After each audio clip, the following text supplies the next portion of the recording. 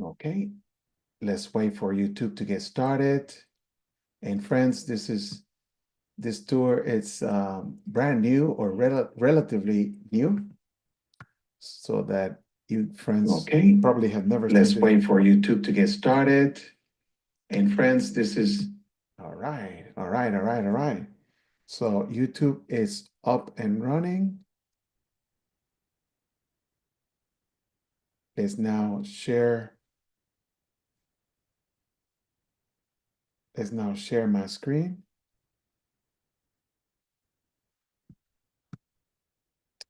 Is anybody dressed like an Egyptian or an Israelite? If you are, I hope to see you at the end of the tour. Uh, please notice that I am not dressed as an Egyptian because I have to tell you my story. Okay, let's get started. So this is what happened. Boom, the 10 plagues of Egypt according to a survivor. I was one of those who left with a mixed company.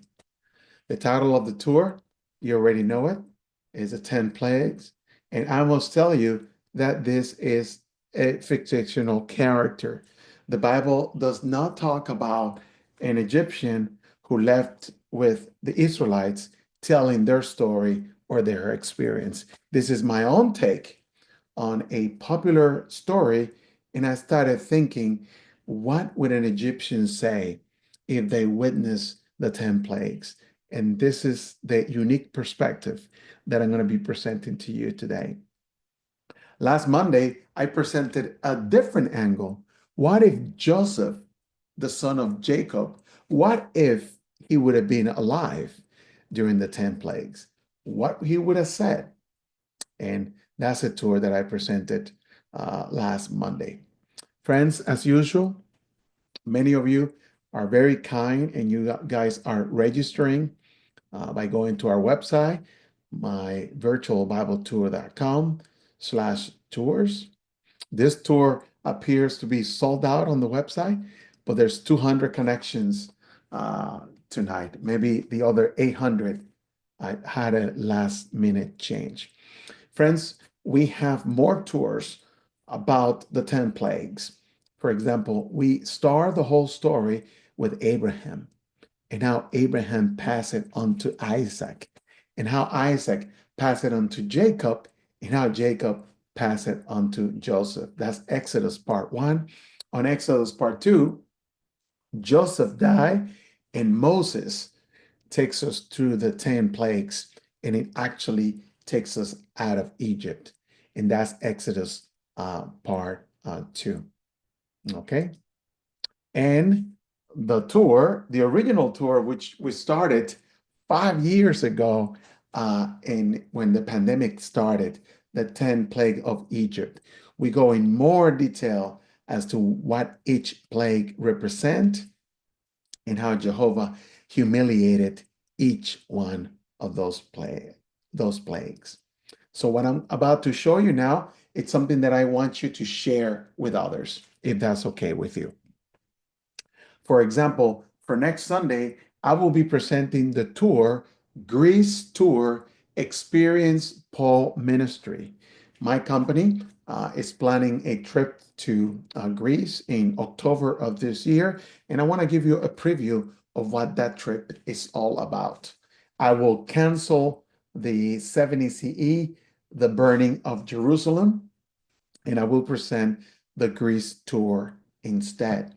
On Monday, I will present Legacy Bus Trip through the heart of New York City. And what is that about? Well, my friend and I, we're going to meet you in New York City. We're going to hop on a bus and we're going to take you around so that you can learn more about what was the first capital of the United States from 1789 to 1790. Experts consider New York City as the most historic site of the United States. It is the birthplace of modern democracy. Something that you may not know, since this was the capital of the United States, this is where the first president was inaugurated as president in the year 1789. If you come with us, I will show you where George Washington used to meet for worship and probably where he learned about Jehovah, our God.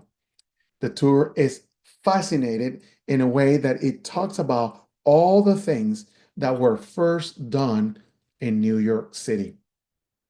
The tour will show you not only the historical aspect, but how it is connected to Jehovah's Witnesses. If you're interested, you can meet us at Grand Central Terminal Saturday, April the 19th at around 8:30. The bus leaves at 9 o'clock. Again, meet us at Grand Central Terminal. We're going to go to the 9/11 Memorial. You're going to see the Tower of Freedom. We're going to walk to Wall Street. We're also going to take you to the Brooklyn Bridge in Brooklyn, when the old headquarters of Jehovah's Witnesses. And let me give you a preview of what that tour is going to be like in person, okay? The tour is going to be in person. So everybody knows the Statue of Liberty. Give me your tired, your poor, your hurdle masses yearning to breathe free, the wrecked refuse of your teeming shore. Send this, the homeless, the tempest toast to me.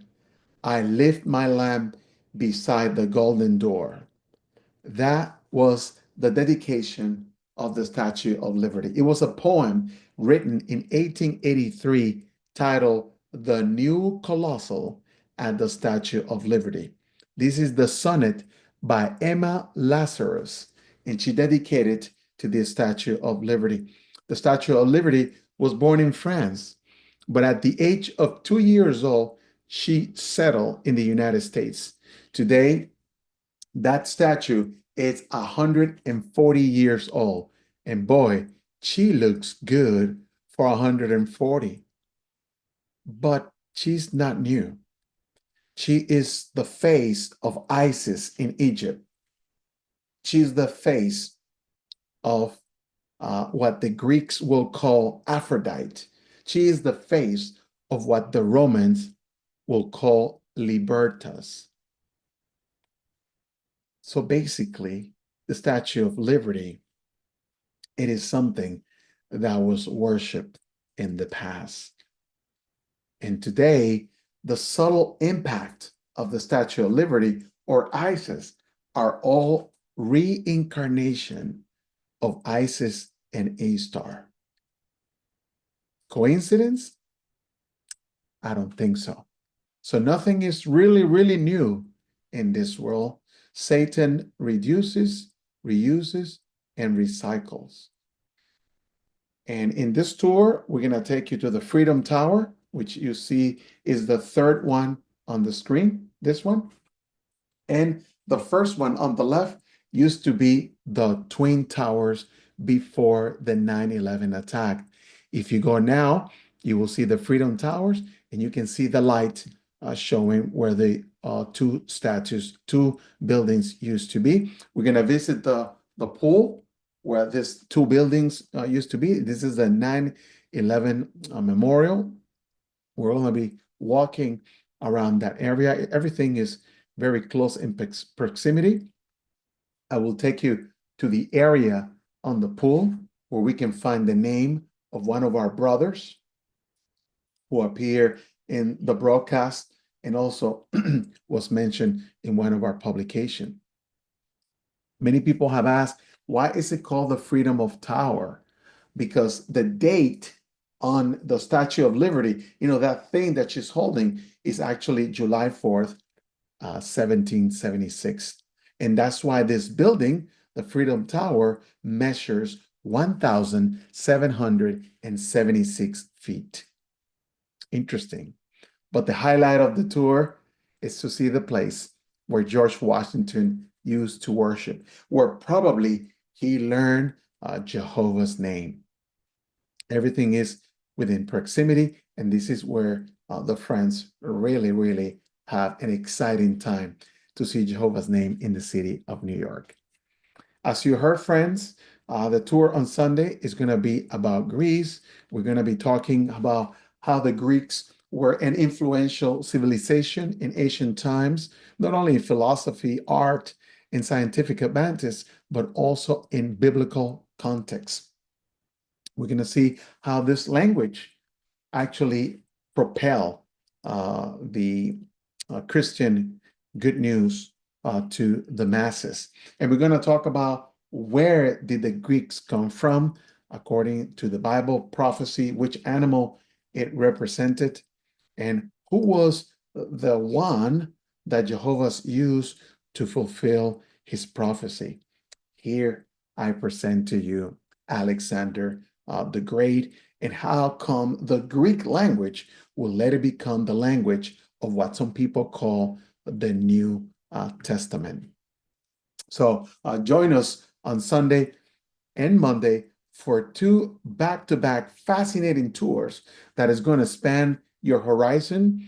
They're going to give you a lot of material for personal study, and at the same time, you're going to be entertained. But many of you did not see the tour about Joseph. What would Joseph would have said if he would have experienced the 10 plagues? And this short presentation gives you a short view until you can watch the entire tour.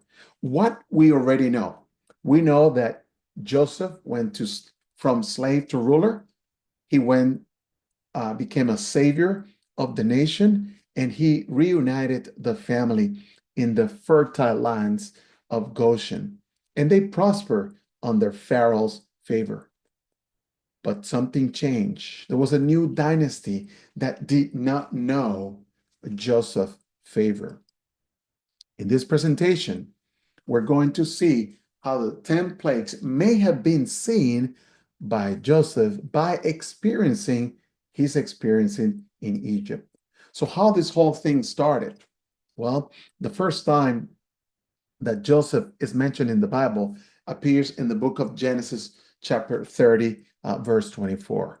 Can I get a reader for Genesis chapter 30, verse 24? And let's ask Caleb and Casey. First mentioned of Joseph. The first Bible verse where the name Joseph appears is Genesis 30:24. It says, "So she named him Joseph, saying, 'May Jehovah add another son to me.'" This verse refers to the birth of Joseph, the son of Jacob and Rachel. All right. Thank you, Caleb. But this is a little confusing. Rachel did not have kids. Well, she considered the children of Leah to be the children of her own. But when she had Joseph, oh boy, how happy was she to be able to bring him to birth. And Joseph means literally, may Jehovah add or may Jehovah increase.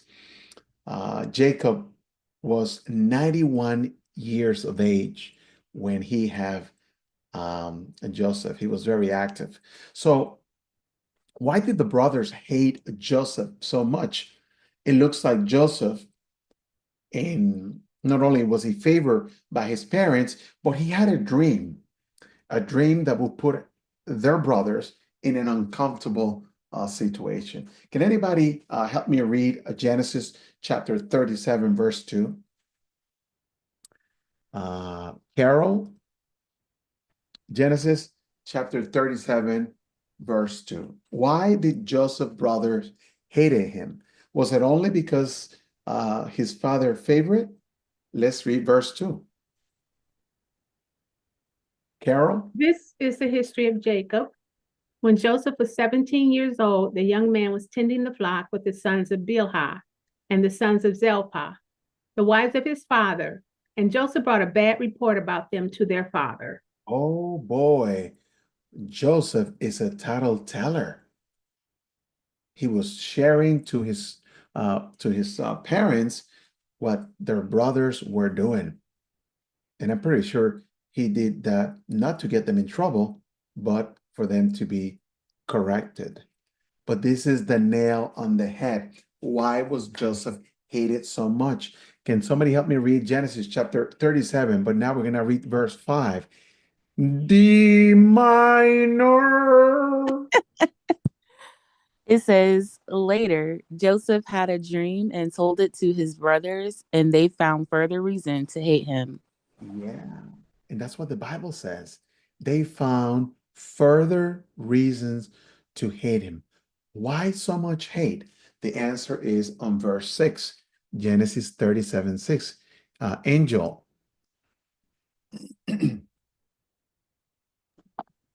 He said to them, please listen to this dream that I had. There we were binding sheaves in the middle of the field when my sheaf got up and stood erect, and your sheaves encircled the bowed down to my sheaf. Bow down to me. His brother said to him, are you really going to make yourself king over us and dominate us? Well, now you know how much they hated him. So they found another reason to hate him because of his dream. But Jehovah had a plan with the dreams that he was having.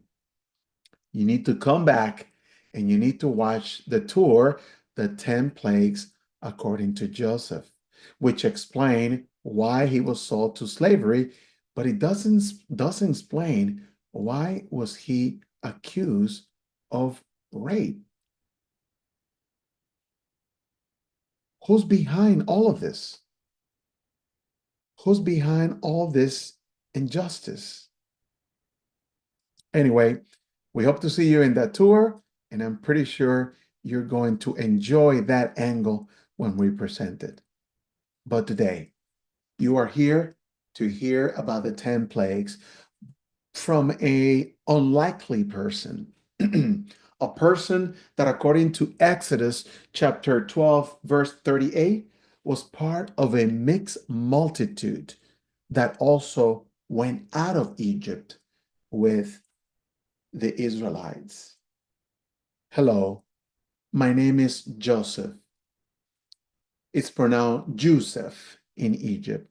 I was born in Egypt, a land of greatness where the gods reign. We were the mighty nation on the earth, blessed by the gods of the Nile, the sky, and the God of the sun. I served the Pharaoh. I used to work in court. I was proud of our power, and I was convinced that no force on the planet can shake our empire. But then the plagues began. At first, I dismissed them. The Nile turned into blood. That was just a trick of nation, nothing more. Frogs, flies, yes, they were unpleasant, but Pharaoh's priests, they assure us that they will pass. They were able to replicate the blood on the water, and they were able to replicate the frogs. So yeah, it's not a big deal. It's gonna pass. But they didn't. It did not pass. I saw noblemen scratching their skin from the boils. I heard the cries of farmers as hail shattered their crops. Then the locusts came, devouring what little remained. Hunger and despair spread among my people like a curse. But this didn't make sense. As a court scribe, I documented Pharaoh's decrees. My reed pen recorded history while servants attended my need. We were living well until the Hyksos, yes, those people who were shepherds, they changed everything. Back then, our civilization was unmatched. The Nile River blessed our harvest every year. We have more monuments to our gods than ever before. Let me show you what my Egypt looked like 3,500 years ago.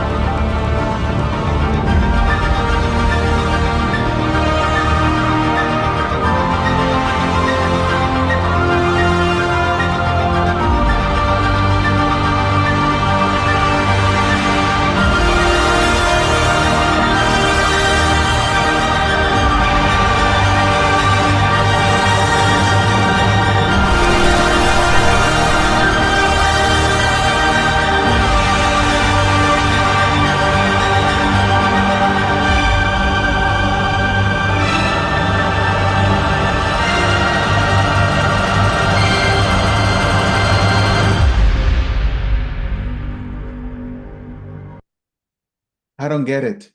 I was confused. How can we go from being number one to being nothing? Yes, I must agree. I saw how the Hebrew slaves suffer. Their numbers were a little scared because they were growing faster than anyone could imagine, and that made the Pharaoh paranoid. But their groans and complaints reach beyond our borders. It looks like it reached all the way to their gods. But the Pharaoh did not stop. He continued to push them harder and harder. Then, when Moses talked to the Pharaoh and said, "Let my people go," my Pharaoh laughed. But no one is laughing now. No one can understand what is going on. My Egyptian gods fail to protect us, and the Pharaoh stubbornness just make things worse. Friends, I remember being on the stage to look at an epic battle of the gods. We have more than 740 gods, and they just need to fight one God, Yahweh, Jehovah. At first, it looked simple until denial and fear conquer over us. The first plague was dismissed as just pure coincidence, since the magic practicing priests were able to do the same. But after that, it hit us. Everyone was affected. Not only the Egyptians, but also the Israelites. There was a lot of confusion. Even the Israelites were confused.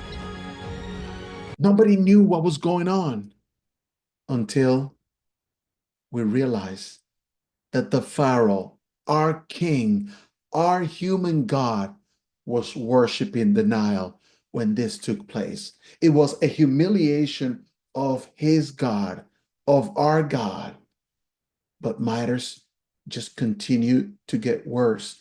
Our houses were invaded by frogs. There were frogs everywhere.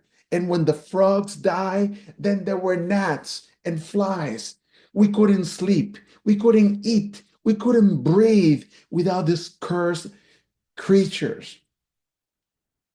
But then the inconvenience hit me in the pocket when my prized cattle died overnight, when painful boils erupted on my skin. Our finest physician, Isis, who you see right here, the god of health, was no remedy to us. But it hit home when my cousin died. Yes, my cousin was affected by the infected boils. My home was damaged. Fear replaced certainty. Where we were, there was no gods. Yes, we mummify some of our animals because they represented gods, but they themselves were not able to protect themselves against Jehovah, the true God. What was the breaking point? When Jehovah told Moses that anyone who can take refuge before the hail, anyone that will listen to Moses, they will not lose anything else. And that's exactly what I did. I started to listen to Moses. I started to be protected. In fact, I moved to Goshen. I didn't tell anyone, but I moved to Goshen. And it is now when I realize that the God of Israel is very powerful. Because while I was in Goshen, I saw light. But when I looked at my people, the Egyptians, they were in the mere darkness. At first, they were laughing. They thought, oh, it's just the night. But when 3 days of pure darkness, when that felt so thick, so unnatural, where is our God's Son? Where is the God of the sky? I could see my family being horrified, seeing our other relatives in pure darkness. It was as if the God have abandoned the Egyptians. Or worse, maybe the gods of the Egyptians never existed. Maybe they were not real. Let me tell you what I mean. You see, Horus is part of the royal family of gods. You can call it the first Trinity. Horus was the son of two gods, Osiris, which was the god of vegetation. He couldn't do anything against the locusts. And his mother was Isis, the god of health. She couldn't do anything against the boil. I am the son of two gods. I am the God of the sky, the God of the light, the God of the truth. But the ninth plague was darkness so thick it could be felt.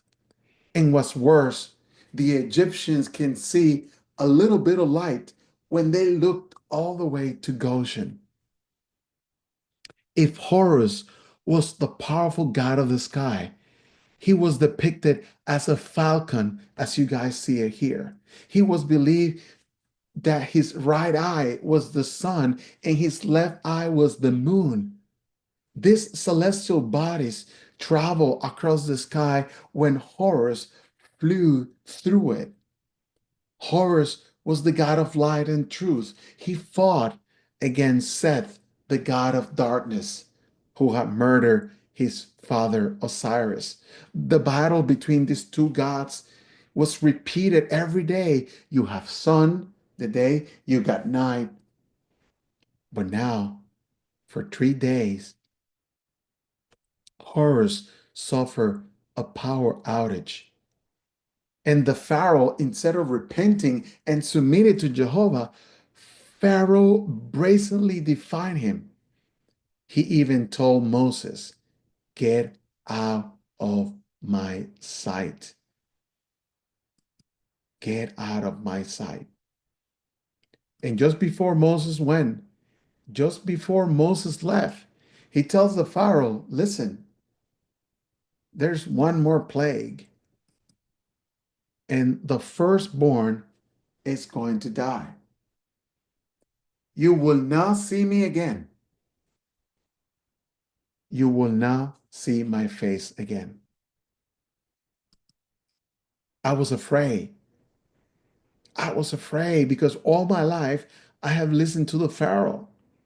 And as of 3, 4 months, I started listening to Moses.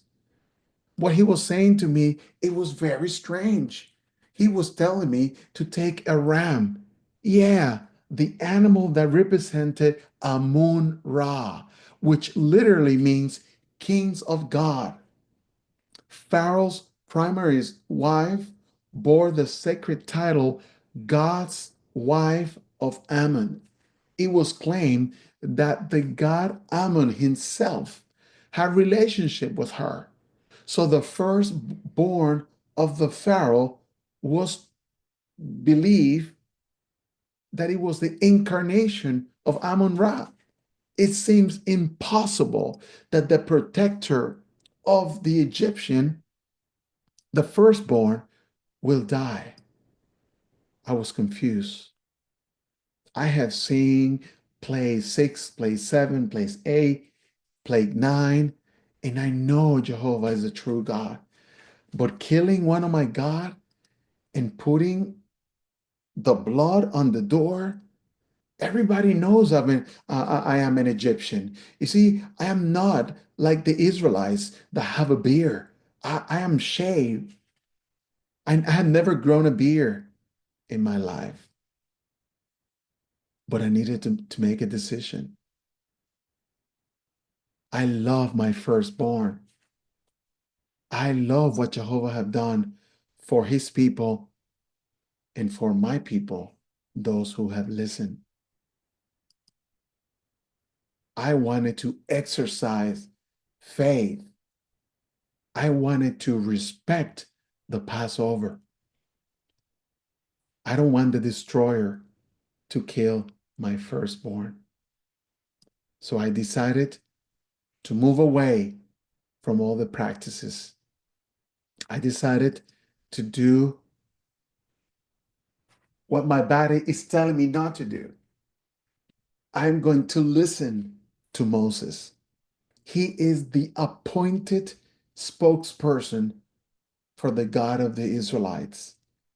Yeah, I had an internal conflict, leaving behind everything, everything I knew to follow something completely new. And I'm glad I did, because as night was settling, the wails, the cries were echoing the entire city throughout the night. Every Egyptian have lost his firstborn. Even Pharaoh's son, who was led to believe to be the son of Amun-Ra, even him will die too. I marked my door with the ram's blood.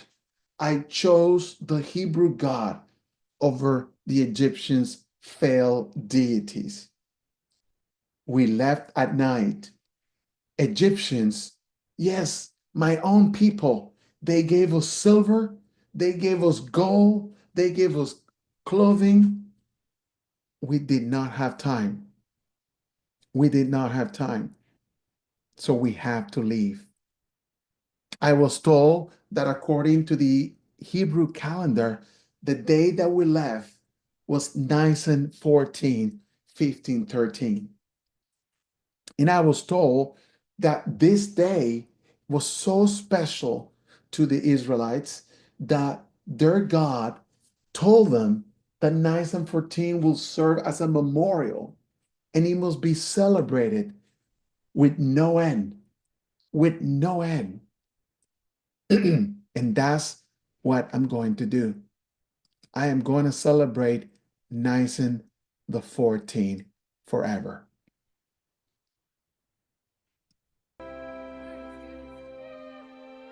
I heard the trumpet. I heard the trumpet. All people of Israel, prepare for departure. And I left. I was trembling. I was scared. But I wasn't there by myself. I was told that this 9 and 14 was a literal liberation, but I was also told that what's coming in the future was going to be a liberation beyond literal. It was going to be a bigger liberation than the liberation we experienced in Egypt. I look forward to that day. I look forward to the future. So we left. But our problems were not over. Will the Israelites accept me, a person that does not look like them? I'm not even dressed like them. And at one point, I probably hated them. But then things started turning really weird. We were in front of the Red Sea. And I said, what are we supposed to do now? I don't know how to swim. But Jehovah had everything under control. He was there as a cloud of clouds during the day and as a cloud of fire during the night. Yes, we began the Exodus. Thousands of us, Egyptians, joined the Israelites. I think we were about 2 million people altogether. When we heard that the Pharaoh was going to chase us, we were afraid. But we knew that Jehovah was going to do something. Some Israelites started to criticize Moses and say, did you brought us here to die? But I knew something special was about to happen.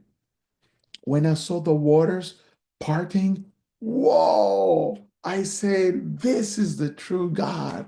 And as we were crossing, looking at 2 walls of water, stepping on dry land, I didn't know what to think. I never seen that before. And right when we crossed to the other side, the Egyptian army went after us, which I believe was stupid. Dude, what are you doing? You're going to die. And we saw them die. And the God of war, Sekhmet, she was good for nothing because she couldn't do anything. So at this time, we're on the other side. I don't know what to think. I don't know what to feel. I am super, super excited until something really strange started happening. Exodus chapter 15, verse 21 says, sing to Jehovah, for he has become highly exalted. The horse and his riders he has hurled into the sea. And all of a sudden, after this miracle that we have experienced, Miriam, Moses' brother, she takes the lead playing this round thing that looks like a conga, but with medals on the side, and she started playing it, and people start singing. I couldn't understand the song. I never heard of it before. I was like, everybody was happy. Everybody was united. Everybody was singing. Yeah, the true God was exalted as the result of the 10 plagues. His name will be declared through all the nations, and future generations will be inspired to put faith in him. Friends, all of you joining tonight, I will say, leaving Egypt, I was terrified. The Red Sea stood before us, and Pharaoh's army was closing in behind. But then before my eyes, one more miracle. The sea parted, walls of waters on either side, and yet we're walking on dry path. I step forward. With each step, I shed the weight of my past. the idols, the falsehood, the fear. I reached the other side. I look back one more time. In Egypt, the mighty empire, the one I wrote before, had fallen, and all their gods, all 700 of them, has been silent. Its army lay swallowed by the sea.